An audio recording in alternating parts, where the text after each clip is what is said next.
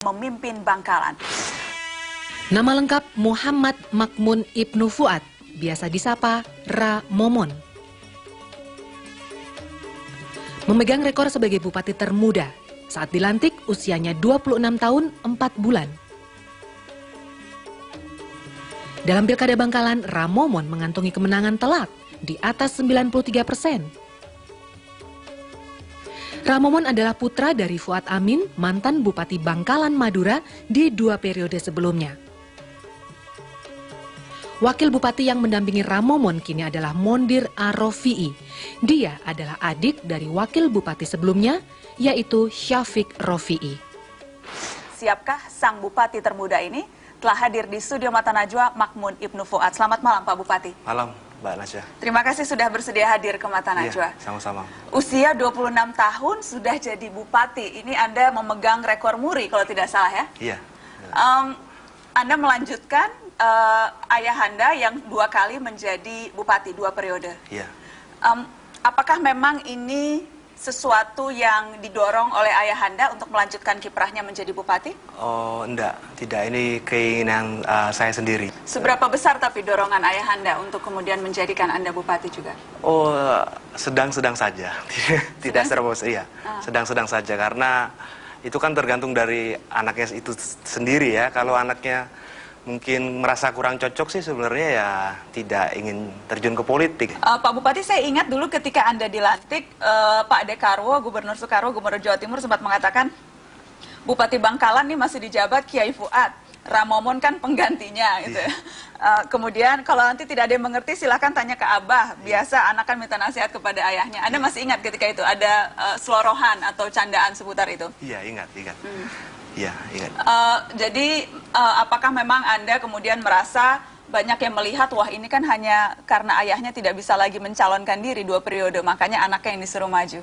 Oh, enggak ya, saya tidak melihat itu gitu. Jadi semua keputusan, semua apa kata saya gitu loh. Kebetulan beliau diangkat sebagai staf ahli saja, staf ahli Bupati. Jadi tapi bukan hanya ayah saya, tapi juga saya juga memanggil dosen, terus mahasiswa untuk masuk menjadi staf ahli. Jadi ada berapa nih staf ahli Bupati? Ada 4 sampai 5. 4 sampai 5? Iya, khusus. Saya ingin konfirmasi nih kepada Anda, Pak Bupati, karena katanya dalam rapat-rapat pun itu terkadang ayahanda, mantan Bupati yang masih memimpin. Oh, enggak. Enggak ya? Tidak betul itu ya? Tidak betul ya, tidak betul. Salah itu. Tapi masukan dan saran-saran itu selalu Anda tampung? Iya, semua saya tampung, dari masyarakat, dari staf ahli, dari tokoh masyarakat, tokoh agama. Jadi kalau ada yang bilang tuh sebetulnya yang masih jadi Bupati itu Pak Fuad Amin, bukan anaknya Ra Momon. Kalau ada yang bilang seperti itu? Ya itu kan ya biasa ya, masyarakat kan ada yang suka, ada yang nggak suka. Mungkin itu masyarakat yang tidak suka sama saya gitu. Tapi tidak apa-apa lah, biarlah gitu loh. Ingat ketika kampanye pun Anda banyak mendapat serangan-serangan, termasuk salah satunya serangan foto mesum Anda yang beredar, Pak Bupati. Masih ingat itu? Iya. Jadi ya itu mungkin ya saya tidak tahu ya, itu kan mungkin bisa direkayasa atau gimana, saya tidak tahu. Jadi seharusnya sih menurut saya kita kan harus mengkritik kinerja ya atau bagaimana ya, bukan mengkritik itu ya, foto-foto itu menurut saya sih begitu gitu loh. Harusnya melihat latar belakang ini kinerjanya gimana calon ini gitu loh. Rekam jejaknya? Maksudnya? Iya, rekam jejaknya, bukan kepribadiannya. Itu kan kurang baik kalau menurut saya sih. Jadi waktu itu memang foto itu hanya rekayasa? Iya, pendapat saya sih rekayasa. Saya juga tidak tahu, saya tidak menggubris itu. Pak Bupati, Anda kan usia 26. Biasanya itu kalau usia 26 tahun tuh masih inginnya eksplorasi, kadang mencari jati diri, senang-senang, hura-hura, masih senang pacaran gitu ya. Tapi Anda kan sekarang sudah jadi Bupati dengan tanggung jawab yang tidak main-main, mengelola APBD hampir 1 triliun, kemudian juga pegawai di Kabupaten Bangkalan hampir 10.000 termasuk guru. Jadi ini kan tanggung jawab yang sangat besar. Iya, besar. Apakah kemudian selama setahun ini menjalani Anda tidak terbebani dan betul-betul sudah siap dengan amanah yang sedemikian besar ini? Ya itu kembali lagi ke pribadinya ya. Jadi saya harus dinikmati, harus enjoy gitu kan. Jadi ada waktunya kan, waktunya bekerja, terus ada waktunya refreshing. Jadi waktunya bekerja ya bekerja. Jadi Senin sampai Jumat bekerja terus untuk masyarakat. Mungkin Sabtu Minggu bisa liburan, jalan-jalan, sehingga ya tidak terbebani lah. Kalau kita bicara soal problematika di kabupaten yang Anda pimpin, Pak Bupati, saya sempat ada data bahwa memang sekarang jumlah penduduk miskin di Bangkalan naik sampai 2.000 kakak. Apa sesungguhnya kalau Anda amati penyebabnya tingginya kemudian jumlah orang miskin di kabupaten yang Anda pimpin? Ya menurut saya ya pertama pendidikan ya. Jadi pendidikan itu banyak dari mereka itu beranggapan bahwa pendidikan formal itu kurang penting gitu. Kaitannya dengan tingginya angka kemiskinan?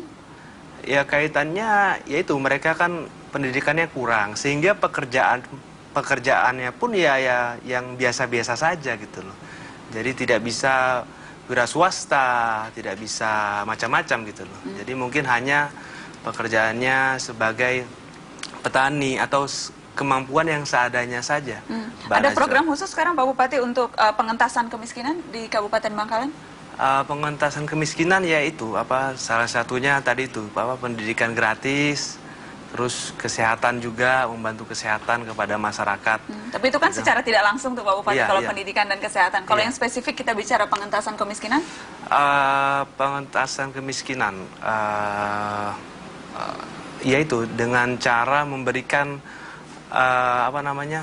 sosialisasi mungkin ya kepada mereka supaya mereka tuh mau berpikir, maksudnya pendidikan formal itu penting satu, sehingga nanti kalau pendidikan itu sudah mereka standar sekolah, jadi nanti untuk menggapai pekerjaan itu juga lebih mudah gitu, Mbak Najwa. Tapi yang kaitannya langsung untuk mengentaskan kemiskinan, kalau tadi kan sosialisasi pendidikan itu kan kaitannya dengan angka putus sekolah yang juga menurut data yang kami dapatkan itu juga cukup tinggi.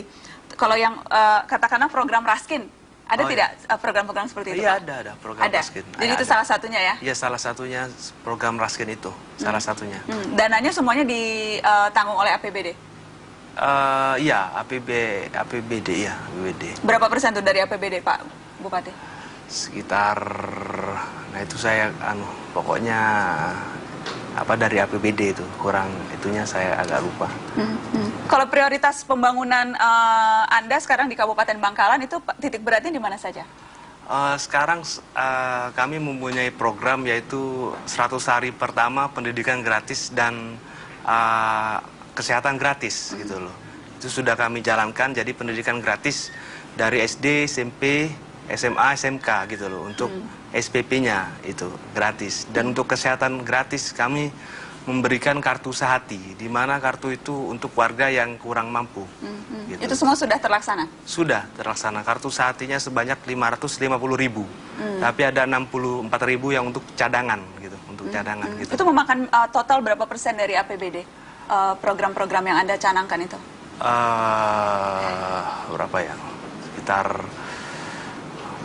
50%, 40% ya gitu. Oh ya? 60%, cukup ya. banyak ya? Jadi iya, 50% alokasi APBD untuk program kesehatan dan pendidikan? Iya, karena kita kan banyak termakan kan di gaji ya. Gaji itu hampir 60% kalau tidak salah. Jadi gaji pegawai? Iya, jadi pegawai. Jadi 40% itu, 50-40% lah.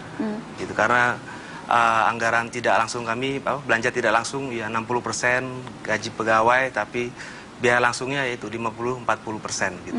Jadi 60% itu untuk biaya operasional ke pegawai ya? 50% iya. Kemudian sisanya itu semuanya dialokasikan untuk pendidikan dan kesehatan? Iya. Strukturnya seperti itu ya? Strukturnya. Tapi sekarang itu tahun lalu, tapi sekarang sudah meningkat biaya langsungnya sekitar biaya langsung sekitar 50 gitu. Biaya tidak langsungnya 50 ya, hampir sama gitu.